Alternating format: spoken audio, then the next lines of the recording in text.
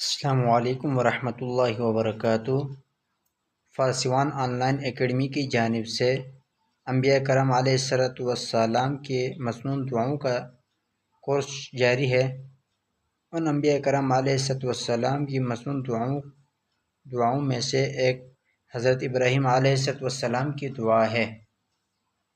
حضرت ابراہیم علیہ السلام کی دعا شہر مکہ کے لیے سورہ ابراہیم آیت نمبر 35 ہے۔ اس کے اندر اس طرح مانگی ہے، رب اجعل ھذا البلد آمنا واجنبنی وبنی ان نعبد الاصنام۔